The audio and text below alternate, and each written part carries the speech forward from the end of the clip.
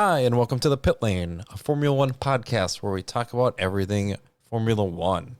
It's the 2025 Formula One offseason, and we are here to review some offseason news and have some fun with some driver rankings. I am your host, Jordan Wynn, and alongside me is your co-host, Alden Kaywell. It's been a while, Alden. How have you been?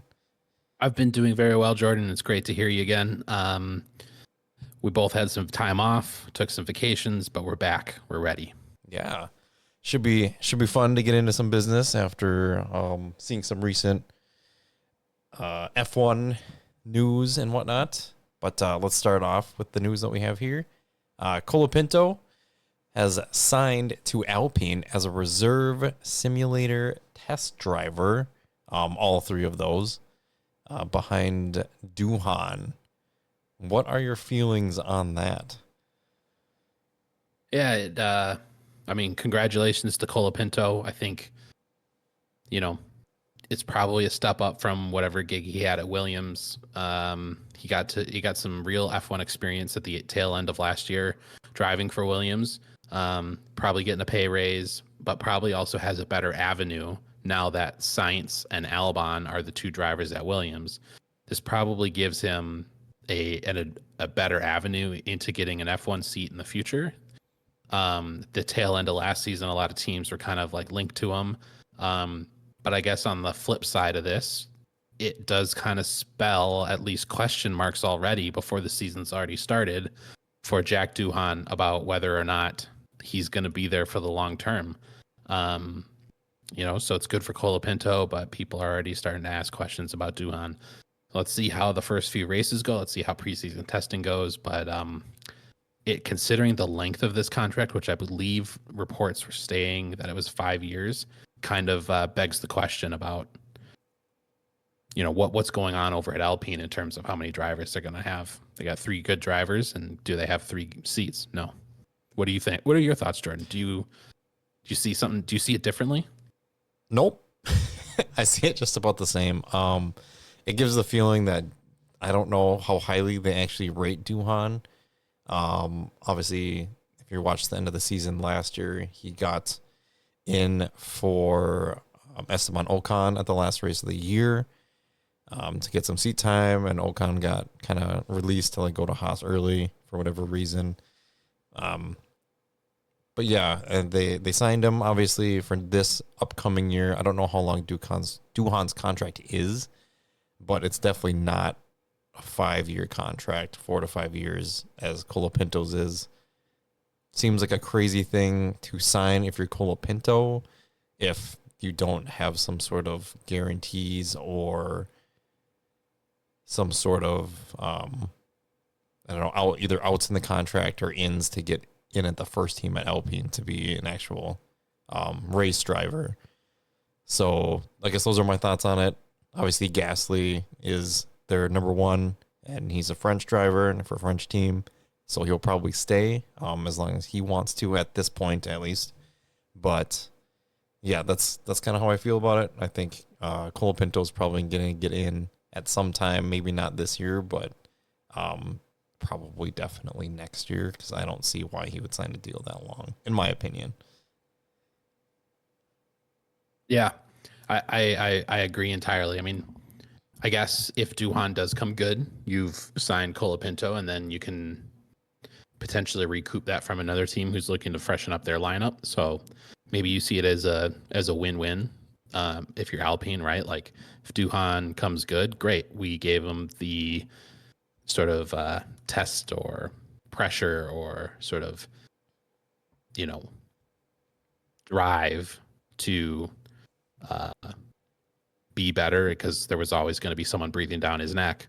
And then maybe some of these other teams who there's a lot of rookies out on the grid.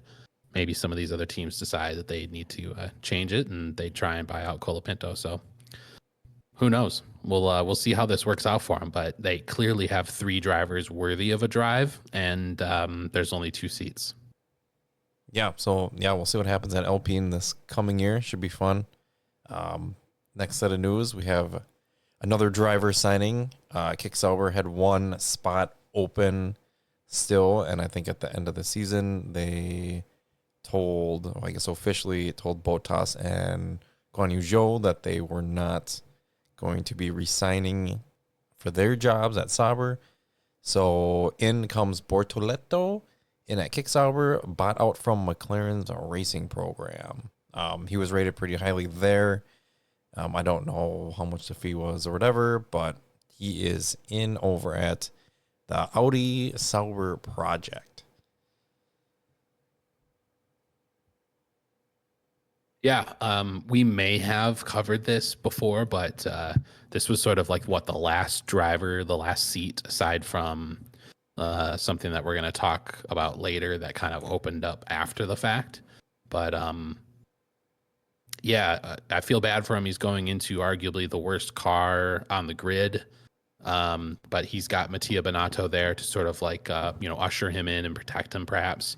So we'll see what that ends up looking like. But man, I hope he's able to,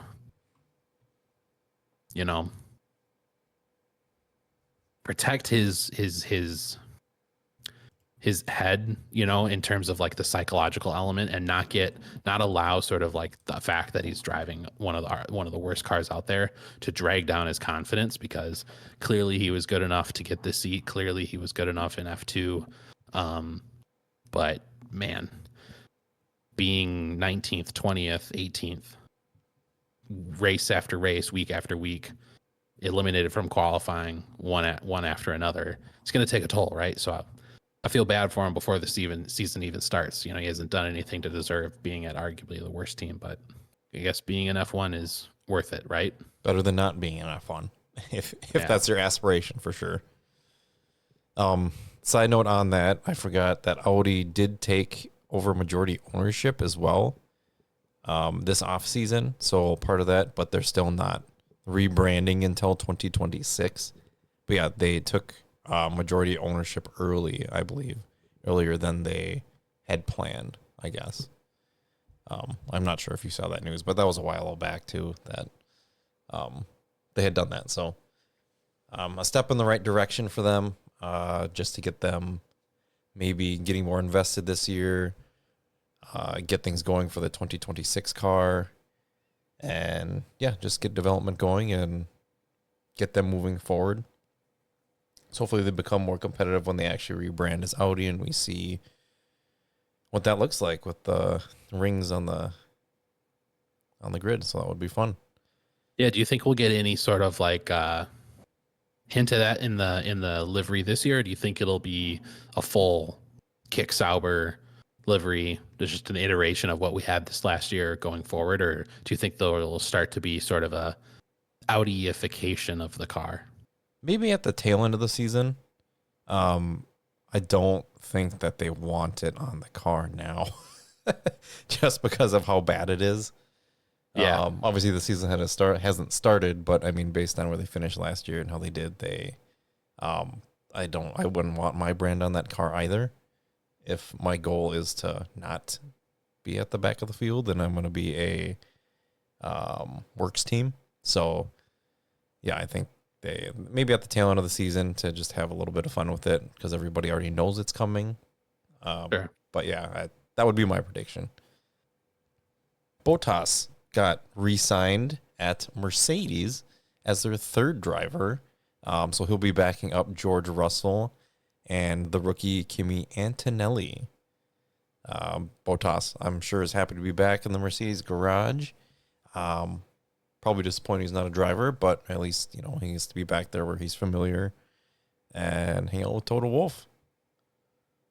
Yeah, he obviously got on well with Toto, so maybe this will feel a little bit like coming home. He had some on-track kerfuffles with George Russell in the past. I'm sure that's water under the bridge at this point, but this will basically allow Bottas to sort of, be given what we might consider first chance at the Merc seat if Kimi Antonelli just isn't up to it.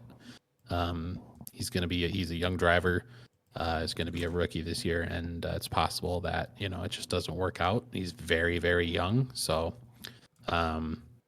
Toto's got himself a solid backup plan, right? With getting Bottas in there. Yep. Should we get into more driver stuff? Kind of shifted stuff around right here, but let's get into it. Red Bull seat opened up in the offseason with Sergio Perez reaching an agreement, getting bought out of his contract. I'm sure it was a fortune, but Sergio Perez is now out, and Red Bull had to decide between Yuki and Liam Lawson. Yuki got the driver's test at Abu Dhabi the day after in the offseason, after the last race. And Red Bull decided to go with Liam Lawson, who's had, 10 or 11 races at VCARB, replacing Ricardo and, oh my gosh, my memory's terrible already. Who did he replace last year? Ricardo. Yeah, Ricardo. Oh, was it just Ricardo both times? Yeah. Was that it? Yeah. Right. Oh, yeah. Yeah, it must have been. Holy cow, my brain. So yeah, Liam Lawson gets to join the big boy team right off the bat, essentially, to be alongside Max. And Yuki gets stuck at VCARB for probably his last year there. And he is going to be joined by another rookie, Isaac Hadjar, who I believe, didn't he actually win or get second in F2 this year? Yeah, remember he was doing some testing at the young drivers test, which was like free practice 1 or free practice 2 at the last race of the year. But like the weekend was huge for him, not only because he had to focus on that test, getting an option, getting a chance to drive for the the Racing Bulls team, but also because he was still in contention to win the Formula 2 championship. And so it was just like probably just an overwhelming experience for the whole weekend for the poor kid. I don't know how it ended up finishing. He either did win or got second, like you said. It was second. I just pulled it up. Okay. He got second place. Yep. Dang. Well, what a end of the season for him. He also gets a promotion into, the Red Bull sister team. He's going to be driving alongside Yuki Tsunoda. He's now, what is he, the third French driver on the grid for 2025? So yeah, lots going on over at Red Bull. Lots of musical chairs, got some promotions, got some new guys. And then Sergio Perez is out of F1 for now, at least. Yeah, this gives us 5 rookies on the grid. That one makes things interesting on its own. I don't know if you can really call Lawson a rookie in this, but he technically is, I think, since he hasn't had like a full campaign or been signed up as to be, the main driver in any season yet, but now he is, and he's at Red Bull. So should we just do a quick review of what we got for the drivers here? Just because there's a bunch of off-season changes this year. We'll remind you, we got McLaren has Piastri and Norris unchanged from last year. Ferrari with Charles Leclerc and Lewis Hamilton was the big move at the beginning of last year.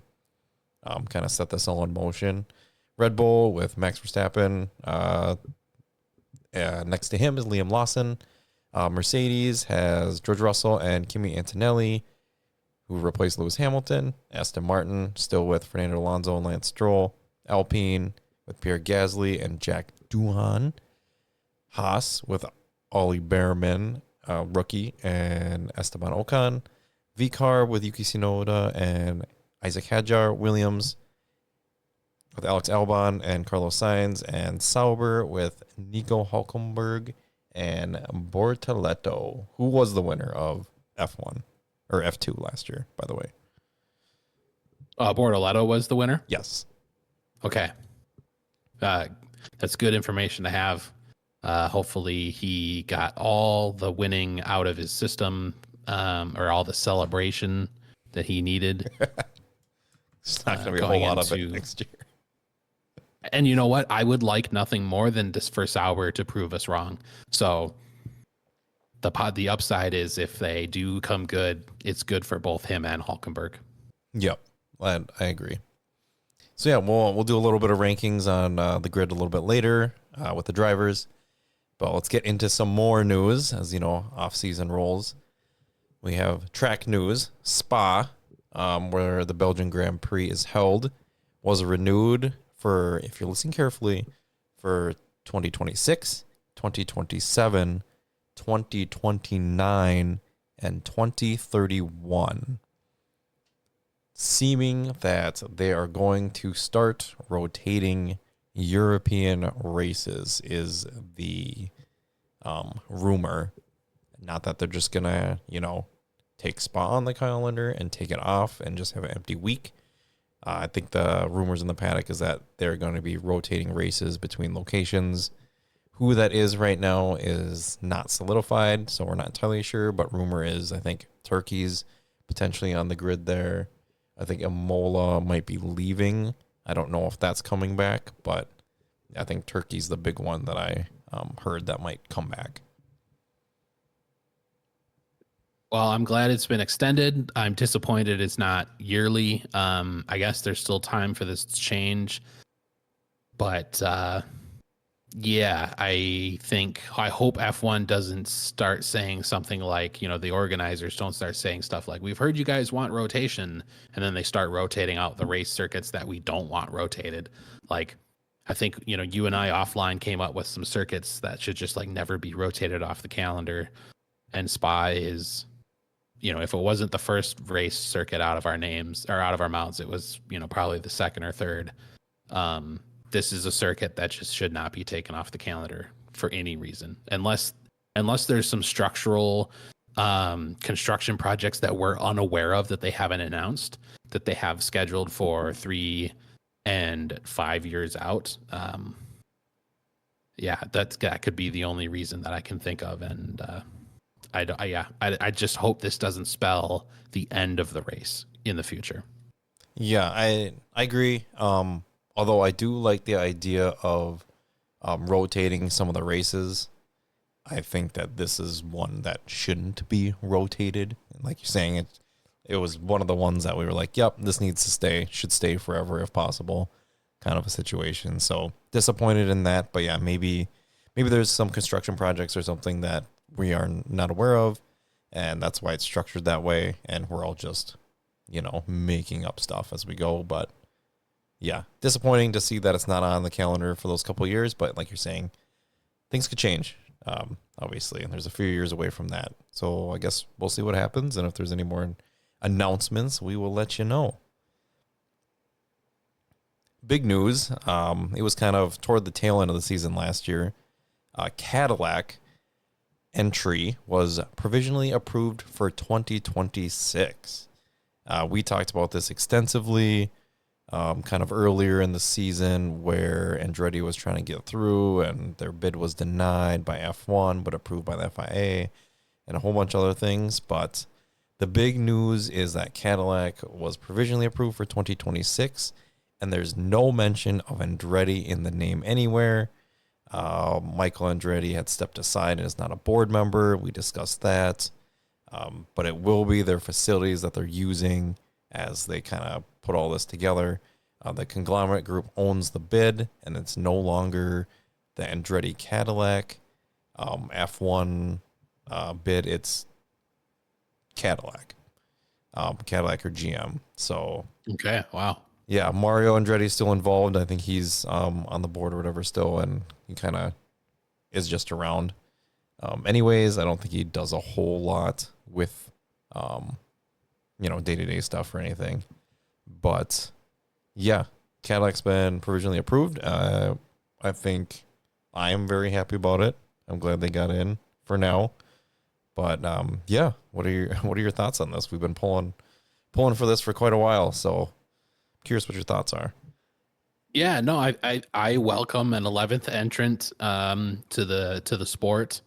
I think this is good for the drivers, offers additional opportunities for either young drivers or drivers who have been good enough but haven't been able to maintain sort of their seat at a growing team or a struggling team.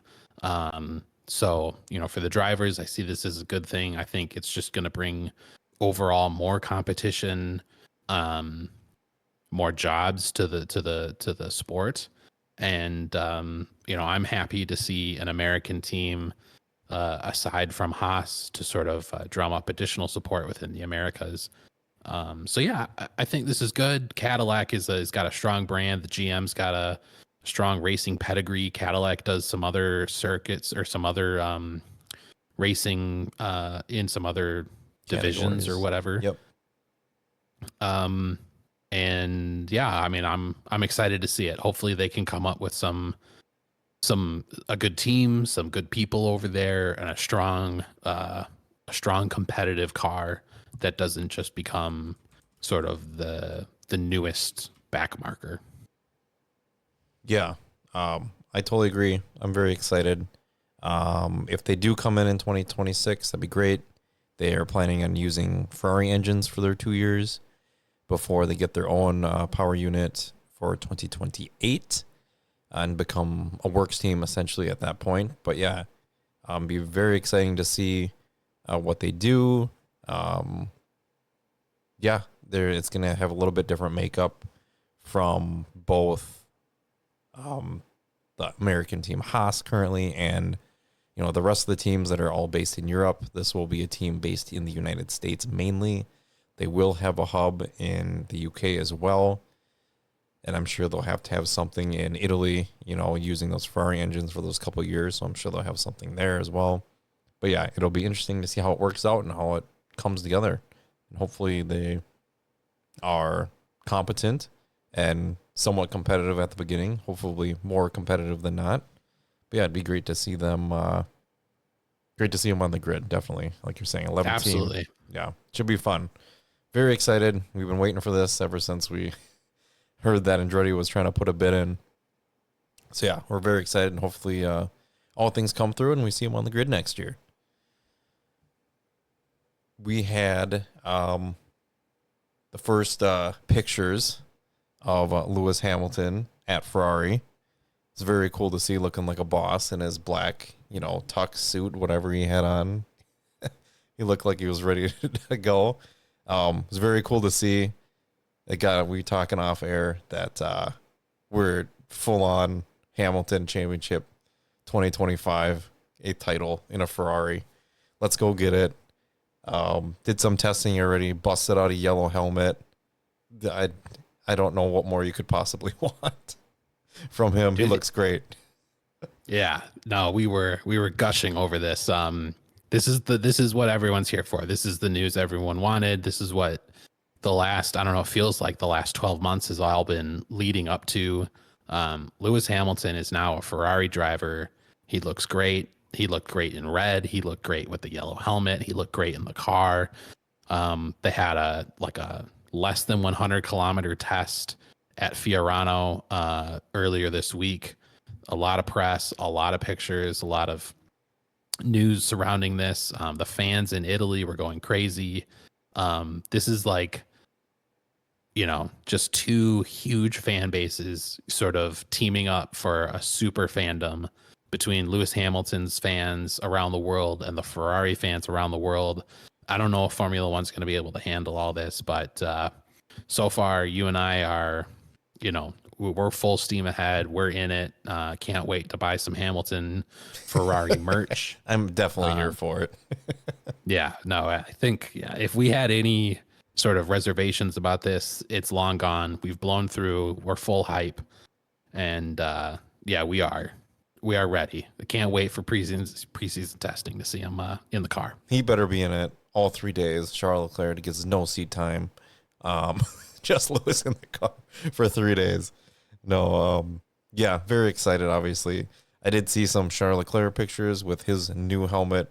Also looks good. Not as good as Lewis's yellow helmet because it should be yellow. You're in a red Ferrari. What other color would you want it to be? Looks great. Like you're saying, we're all hyped up, ready to go. Carlos Sainz, there was also some pictures of him at Williams for his first days. They're ramping up as well. I'm sure everybody is, but these were kind of the big, news signings for these teams. So very excited to see the season kind of kicking up in about a month for preseason testing. And it'll be interesting to see Carlos in blue. Blue and Yeah, white seems weird. blue and white. It does seem a little weird. But Carlos is, this is his fourth team in his time in F1, right? He's been at Ferrari, he's been at McLaren, he spent some time over at Toro Rosso. Renault. Oh yeah, Renault. Wow. Okay, so he's been 15. in 5 teams.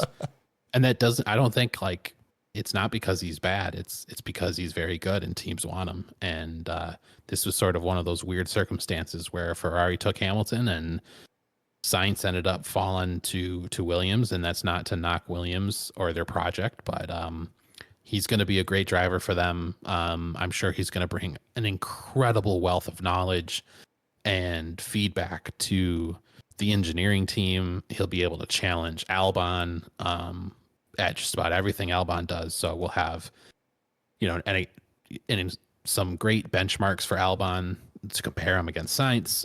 But like, this is real now, right? Hamilton's over at Ferrari. His contract is official. He's there. There's no going back. Same thing with Sainz. He's at Williams. The season started. Everyone's got the correct clothing on now. They can talk about it. They've shown up. They've got their badges. It's time to get to work. Yeah. Yep. Very excited.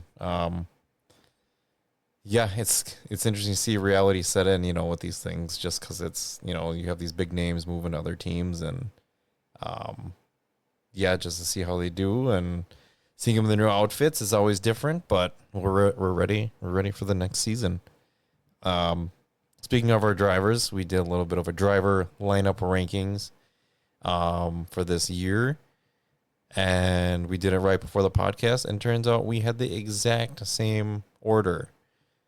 Crazy how that happens, but that must mean we're right? That's all it is, that we're totally on point and 100% correct. So let's go. Yeah. Or incredibly wrong, which is also true. We had Ferrari number 1 with Charles Leclerc and Hamilton. I think Charles will be kind of ready to go to compare himself against a 7-time world champion.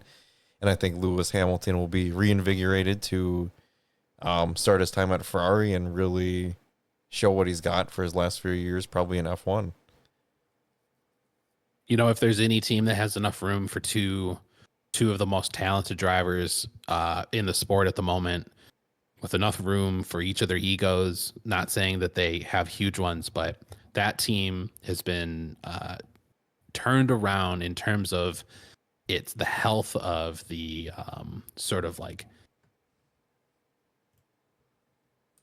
health of the team's relationship with each other, the communication, the way that they communicate outwardly, the way that we see them during race weekends, when we see their strategy calls, when we see sort of the communication between the race engineers and the drivers. Fred Vasseur has turned that around, at least how the public sees it. And I think that, Hamilton and Leclerc are going to be a force to be reckoned with this year. Hamilton comes with 7 world titles. Leclerc comes with, a handful of race wins and pole positions. This is a very talented driver lineup. So I agree with what you said, Jordan. It's probably, the best lineup out there, but it's not really close in our view. No, I totally agree. And when you're talking about egos and stuff, I do think it helps that, Vasseur, he worked with Hamilton in, I think, his F2 days as well, or one of the lower divisions, so they get along really well. They worked together previously, and obviously Leclerc and Ferrari, and Vasseur was there with him in Alfa Romeo, right? Yeah, when he came in as a team principal. So he knows how to handle things well there. So I'm very excited to see how this team gets going, and hopefully they get off on the right foot. McLaren was our number 2 with Lando Norris, who finished P2 in the championship last year, and Oscar Piastri, I believe, will be his 3rd year this year, if I'm not mistaken. Yeah, obviously a very good driver pairing. Norris was not really in the title fight, but he was the closest. Probably could have had a better season, but yeah, he's looking to take it this year, and I think Piastri's also willing to take the fight as well, so that should be fun at number 2. Yeah, no, I think you nailed it there. Norris and Piastri have both grown so much over the last 2 years, 2 seasons. That car has gotten very good. I think they both deserve some of the credit for that. Obviously, the team has performed very well as well. They've been on a growth trajectory for a few years now, exiting COVID. Not a ton of race wins between them. But just raw talent. I think these two have what it takes to be serious race winners for the future. So excited to see what they can put together this year on track. But yeah, I think this is number 2 for me. We'll go on Red Bull as our number 3. We both had him there. I think Max is carrying a lot of the weight here initially because he is, what, 3-time, 4-time champ now. Yeah, he's clearly shown he's maybe one of the best to ever drive a Formula One car, and we'll see if that continues next year. We'll see how the Red Bull gets along with him, and his teammate will be Liam Lawson, as we mentioned in the podcast, that he comes in with like 10 or 11 race starts, race weekends, experiences in an F1 car, so that'll be interesting to see how he does in that car. But Lawson's shown he's not really afraid to go at anybody, so it should be interesting to see how he does next to Max. Yeah, I also have the Red Bull driver lineup third. Like you said, Verstappen is doing a lot of the heavy lifting here. Maybe one could argue that the Red Bull lineup should be number 2, but with Lawson's sort of 2 stints across 2 seasons, coming at various moments in the season, does he really have the experience needed to sort of have the lineup be number 2? Maybe not. Yeah, we just feel like Piastri and Norris are both, more finished entities at this point. So I've also got Verstappen and Lawson third. Fourth, we both have Williams with Alex Albon and Carlos Sainz signing with them this offseason or this past season.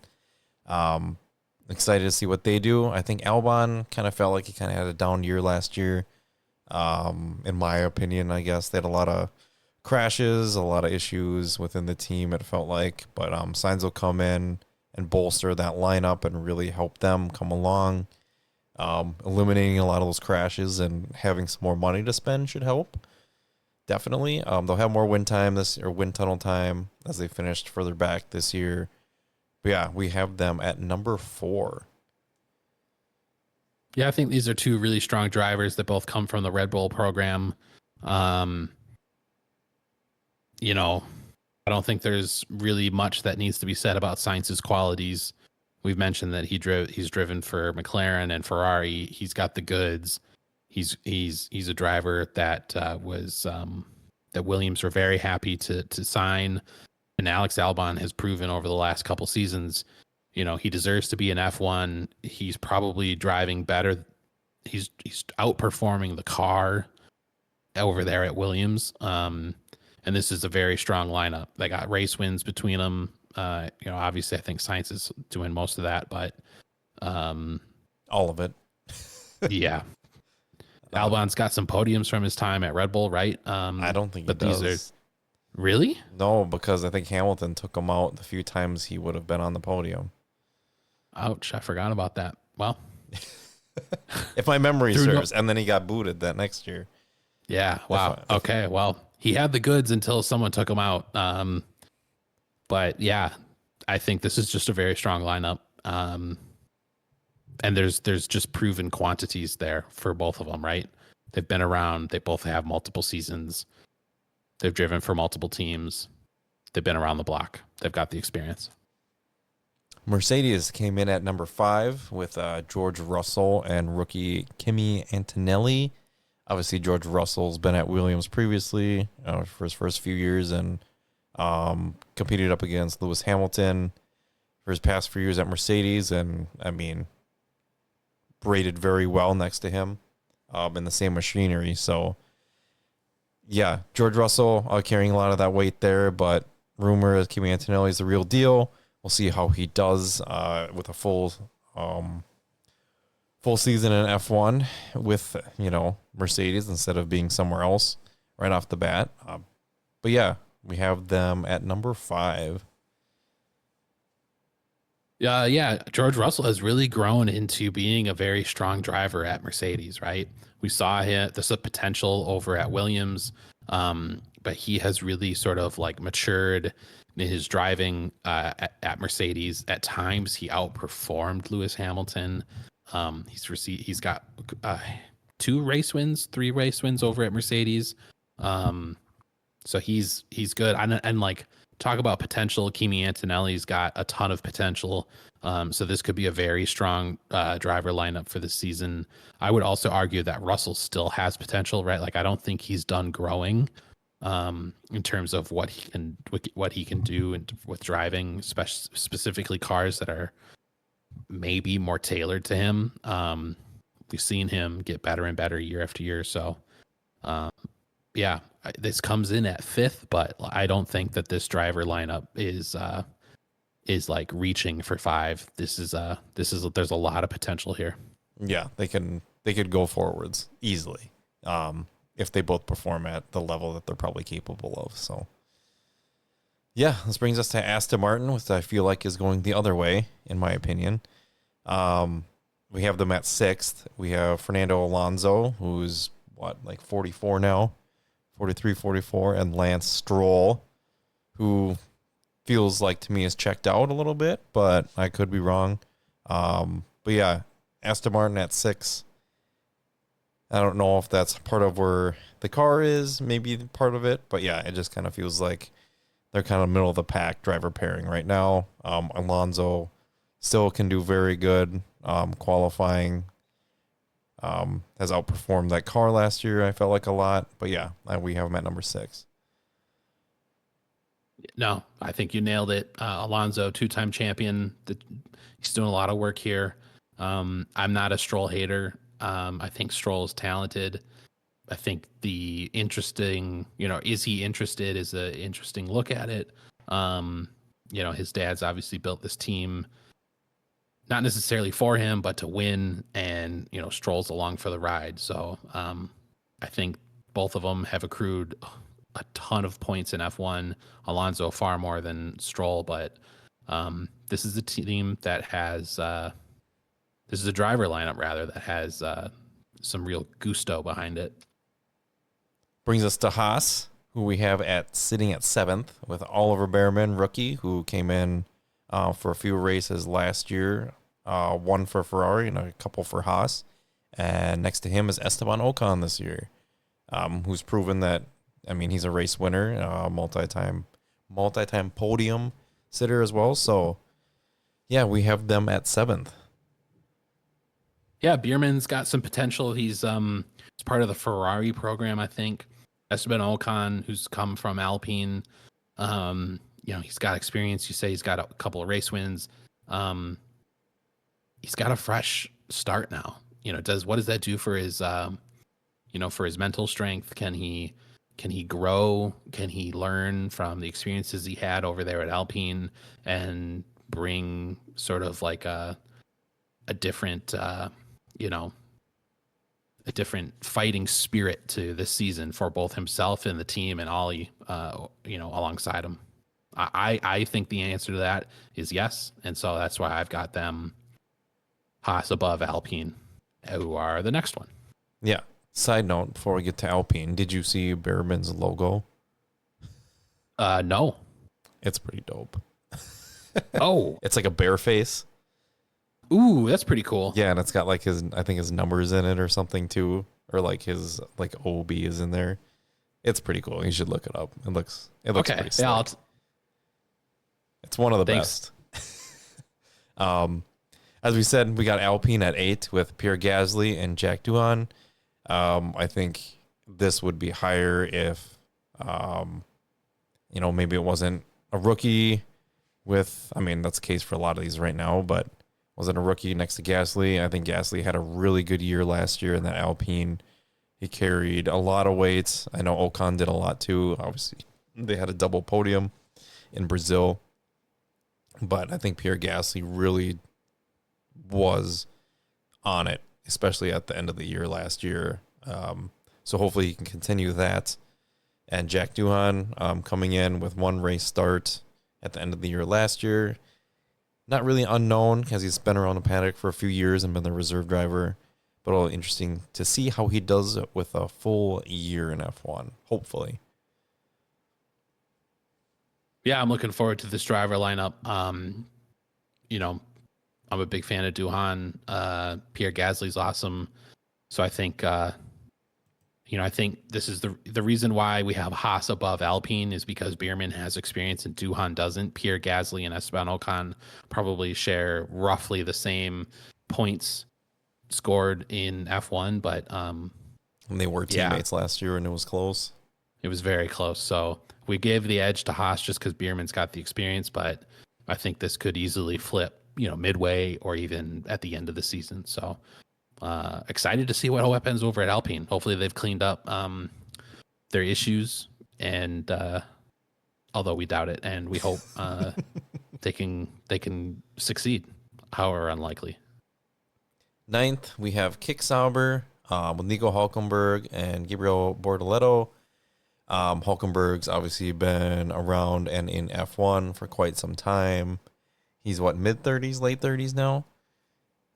He's there on a multi-year deal with to be with Audi next year, essentially, to bring them in with German driver, German team. And Bortoleto, obviously rookie, coming in from McLaren, who won F1 last year. But yeah, we have them at 9th right now.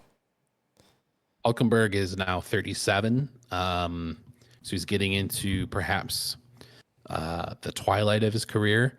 But yeah, Bortoleto having won F2, Hulkenberg, who's raced in F1 since, the mid 2000s. He started with was it BMW?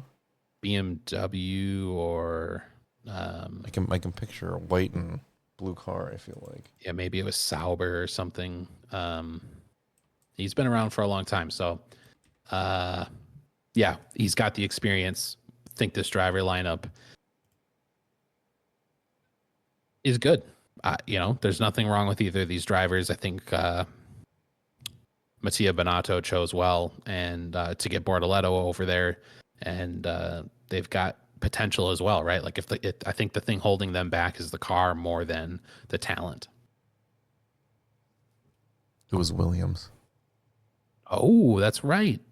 I was like, it was a blue and white car, right? Yeah. Agree with everything you said. Brings us to our last place on our driver rankings this year. Start off seeing Yuki Tsunoda and Isaac Hadjar for VCARB. Yuki Tsunoda obviously been around. I think this will be his 4th or 5th year already. 5th season, I think. Yeah. Holy cow, that seems crazy. But yeah. And Isaac Hadjar, this will be his first year in F1. He's been part of the Red Bull program for a few years. And they brought him in because I feel like I don't know. We'll see how he does in F1. He doesn't have a lot of experience in F1, and I think he's really a true rookie, and it'll be kind of tough sledding right off the bat, but we'll see how it goes for them. It'll be an interesting year. Yeah, and I don't think there's any knock against any of these drivers that are down here in our rankings. If you're comparing Tsunoda and Hadjar to Hulkenberg and Bortoleto, Hulkenberg just has more experience and Bortoleto had won F2. But yeah, Yuki's a great driver. I really hope he can shine this year so he can get to some greener fields for the new regulations and get with a team that, is going to be willing to give him an opportunity to actually race and grow. Yeah. So solid lineups this year, I think, all the way around. We're very excited for the season to start. We got preseason testing, I believe, starts in 4 weeks, the 26th of February. That's about 4 weeks, right? Thereabouts, yeah. Yep, in Bahrain. So look forward to that. We got 3 days of testing there before they ship off to Australia 2 weeks later in the middle of March. And yeah, we are planning on doing another podcast after preseason testing, I believe. So we can talk about that. We can talk about the liveries. That's our favorite thing, even more than the races half the time. We can get into that. We can get into the cars for the last year of these regulations, see if there's any new innovations there. And yeah, we'll do another rankings to see what we think the teams will do this year, and we'll be ready to start the season. Absolutely. Well, thank you for listening to the Pit Lane. It's been a pleasure, and we will talk to you next time. See you, Jordan.